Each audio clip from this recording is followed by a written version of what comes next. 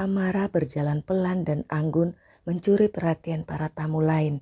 Tapi Amara acuh, dia mencari Rio. Saat itulah matanya menangkap pasangan mesra di tengah ruangan. Tangan sang pria melilit mesra pinggang sang wanita dan kepala sang wanita bersandar manja di bahu sang pria dengan senyum bahagia. Memakai topeng, tapi Amara sangat mengenalnya. Itu Mar putra Dirgantara, papa putranya. Seketika wajah Alana maminya juga wajah adik-adiknya melintas. Sudut mata Amara mulai menggenang, apalagi saat dia mengingat apa yang sudah mereka alami selama ini. Mereka berpindah-pindah tempat dan memakai identitas palsu.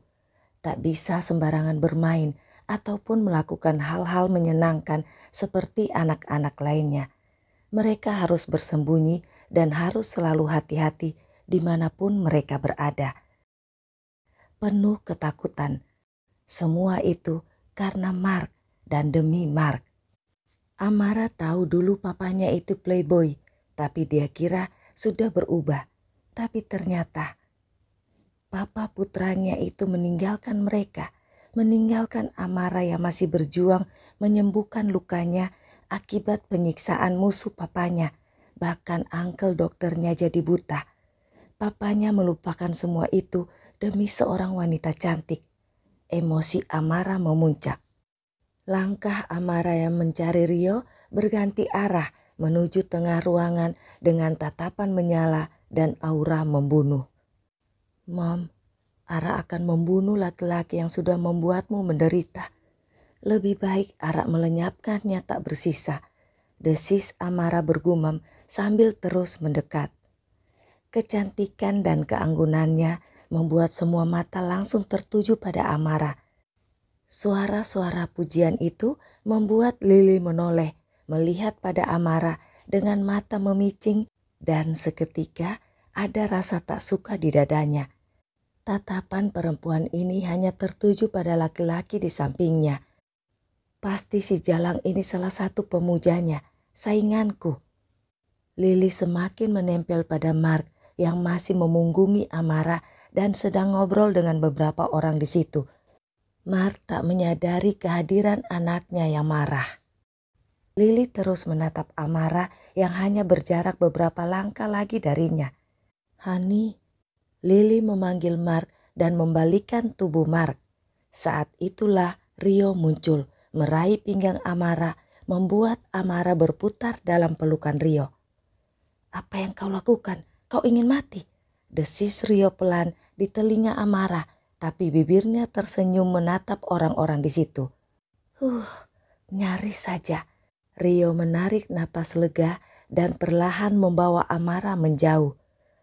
Mark hanya melihat rambut panjang dan gaun hitam melambai dari belakang Amara sambil berkernyit alis. Dia menoleh pada Lily. Ada apa? Tapi Lily hanya diam, tetap menatap pada Rio dan Amara yang menjauh. Mata Lily memberi kode pada pengawal pribadinya yang mengangguk dan pergi mencari tahu. Rio menyambar minuman di nampan pelayan dan memberikannya pada Amara. Amara menggeleng. Aku tak minum alkohol, apalagi di saat begini. Sahut Amara dengan suara bergetar menahan marah. Tapi tindakanmu tadi lebih seperti orang yang mabuk. Jawab Rio menuntun Amara ke dekat meja tempat jus dan air mineral kemasan tersedia. Amara minum sampai 2 botol. Sepertinya kau sudah menarik perhatian. Para pengawal semakin banyak yang memperhatikan kita. Bersikaplah wajar. Jangan konyol atau kita akan kesulitan di sini, ujar Rio sambil menyeka air di sudut bibir Amara. Refleks Amara menjauhkan kepalanya. Tak berarti kau seenaknya menyentuhku, apalagi mengambil kesempatan berlaku sebagai pasanganku, sindir Amara judes. Kalau begitu, kita berpura-pura sebagai apa di sini? Suami istri, lawan dan musuh, atau orang baik dan jahat? Oh ya, aku tahu. Aku dan kau sebagai paman dan ponakan, kata Rio ketus, tapi itu membuat Amara tertawa. Paman dan ponakan, itu lebih cocok. Kau kelihatan tua, sela Amara tak bisa menahan tawanya. Sifat Amara yang aslinya cerewet dan riang terlihat jelas. Rio menatapnya. "Mungkin kau memang ponakanku," gumam Rio lirih. "Apa?" tanya Amara. Rio menggeleng. "Kau mengira aku bajingan karena menyeka bibirmu. Kau tak tahu aku sudah melihat tubuhmu, menyentuh sebagian tubuhmu itu untuk menutupi tubuh telanjangmu dan menyelamatkanmu dari pemerkosaan beramai-ramai. Walau saat itu aku tak mengetahuinya, takdir mempertemukan kita dengan caranya. Kau mungkin ponakanku, itu sebabnya aku harus melindungimu sekarang. Tapi kau salah paham dan aku belum bisa menjelaskan apa-apa padamu," kata Rio dalam hati. Tangannya bergerak merapikan rambut Amara dan menyelipkan rambut itu di belakang telinga Amara dengan kasih sayang yang tiba-tiba muncul di hati Rio. Sekali lagi refleks Amara menghindar dan melotot pada Rio. "Aku ke toilet," kata Amara dan berbalik. Rio memperhatikannya. Gadis yang cantik, pintar, dan misterius. Tapi dia sangat berbeda dengan adiknya, batin Rio. "Apa aku mengenalmu?" Sebuah suara terdengar di samping Rio. "Oh, Nona yang sangat cantik. Bagaimana bisa Anda mengenal saya yang bukan siapa-siapa ini?" "Namaku Raka. Saya mewakili teman bos saya," jawab Rio dengan bahasa Italia yang fasih. "Teman bos Anda?" Gadis itu bertanya bingung. "Orang yang Anda undang yang harusnya hadir tak bisa hadir karena sedang di Jerman. Beliau meminta bos saya mewakili, tapi bos saya di kursi roda. Dia meminta saya mewakili karena hanya saya orang kepercayaannya," jawab Rio menunduk hormat. Gadis itu tertawa mendengar penjelasan Rio. Terdengar rumit, tapi sudahlah. "Gadis tadi yang bersamamu, siapa dia?" tanyanya lagi. "Dia putri bos saya." "Apa Anda temannya?" kata Rio lagi. "Namaku Lili. Aku tuan rumah pesta ini. Sampaikan terima kasihku pada bosmu. Sayang dia tak bisa hadir," kata Lili. Saat itu Amara datang. Lili menatapnya. "Apa aku mengenalmu?" tanya Lili menatap tajam pada Amara. Amara tak menjawab. Dia hanya mengedikkan bahunya cuek, membuat Lili jengkel. "Aku tuan rumah pesta ini," Lili memberitahu sambil mengangkat dagunya angkuh. "Lalu?" balas Amara lebih cuek lagi. Rio merasa suasana di sekitarnya menjadi panas. Dia merangkul pinggang Amara. "Nona saya sedang bad mood karena dia merasa lapar. Apakah kami boleh makan duluan?" tanya Rio konyol. Lili tertawa mendengarnya. Dia merasa suka pada Rio yang tidak tahu malu. Tapi seseorang datang berbisik pada Lili membuat mukanya berubah marah. "Cari gantinya secepatnya. Kenapa hanya melapor padaku?" kata Lili. "Ada masalah apa? Kami tak boleh makan dulu?" sela Rio. "Oh tidak, bukan itu. Artis yang harus main piano belum tiba dan tak bisa dihubungi. Padahal dia harus tampil sebentar lagi. Aku akan malu karenanya," jawab Lili marah. "Apa boleh aku yang menggantikannya? Aku tidak ahli, tapi aku lumayan mahir memainkan tuts hitam putih itu. Paling tidak sampai si artis tiba," kata Rio. Lili sangat senang dan menyuruh pengawalnya membawa Rio ke ruang belakang. Otomatis Amara pun mengikuti Rio. Pengawal membawa mereka berdua ke ruangan belakang yang dekat dengan panggung kecil tempat piano diletakkan. Mereka melewati ruangan-ruangan lain. Dengan begitu, Rio lebih mudah mempelajari situasi tempat itu dan dia juga dengan mudah mengetahui siapa saja tamu-tamu penting pesta itu.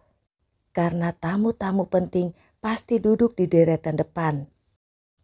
Rio pun memainkan beberapa lagu yang nuansanya berbeda-beda. Ada lagu syahdu, lagu semangat, sedih, juga gembira. Semua memuji permainan piano Rio.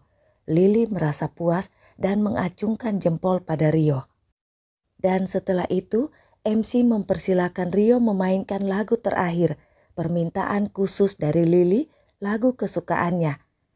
Alis Rio terangkat setelah MC menyebutkan judul lagu itu. Lagu itu tak terlalu dikuasainya, tapi tak mungkin untuk menolak. Dia pun mencari partitur di internet dengan handphonenya sebagai tuntunan dan memainkannya pelan-pelan dengan agak cemas. Benar saja, ada nada-nada yang agak melenceng. Sepintas tidak terasa, tapi bagi penikmat musik klasik pasti tahu nada sumbang yang ada. Rio fokus, dia tak mau malu. Tiba-tiba ada yang menggeser duduknya. Rio melotot pada Amara yang muncul dan duduk mepet di sampingnya. "Apa yang kau lakukan?" bisik Rio marah. Amara tak menjawab, jemarinya sudah di atas Tut mengimbangi permainan Rio. Rio terkesiap. Dan selanjutnya terdengarlah hentakan-hentakan ritme cepat, lalu pelan, lalu cepat lagi, membuat orang-orang tak bisa menahan diri untuk tidak bergoyang. Tepuk tangan Rio membahana saat lagu berakhir. 3, 2, 1. Pesta berakhir. Di saat para tamu sudah berpamitan dan lampu utama ruangan itu telah padam, menyisakan cahaya temaram, tut-suts piano itu berdenting lagi. Terdengar sebuah lagu anak-anak yang dimainkan tapi salah-salah dan diulang berkali-kali, seperti seorang anak kecil yang sedang berlatih piano. Sepintas tak ada yang aneh, tapi seseorang menyadarinya. Kepalanya berbalik menatap ke arah panggung yang agak jauh dan gelap. Dia tak yakin, tapi tamu-tamu menyalaminya membuat perhatiannya teralihkan. Sampai sebuah lagu sedih mengalun sendu. Mark mematung. Lagu yang salah-salah tadi, lagu anak-anak itu, dan lagu sedih ini. Itu Ara. Mark berusaha melepas diri dari antrian tamu yang menyalaminya. Dia berlari ke panggung, tapi tak ada siapa-siapa di sana. Permainan piano itu sudah berhenti. Lagu itu telah usai. Panggung pun sudah kosong. Rio dan Amara sudah menyelinap. Can you see it in my eyes? This might be our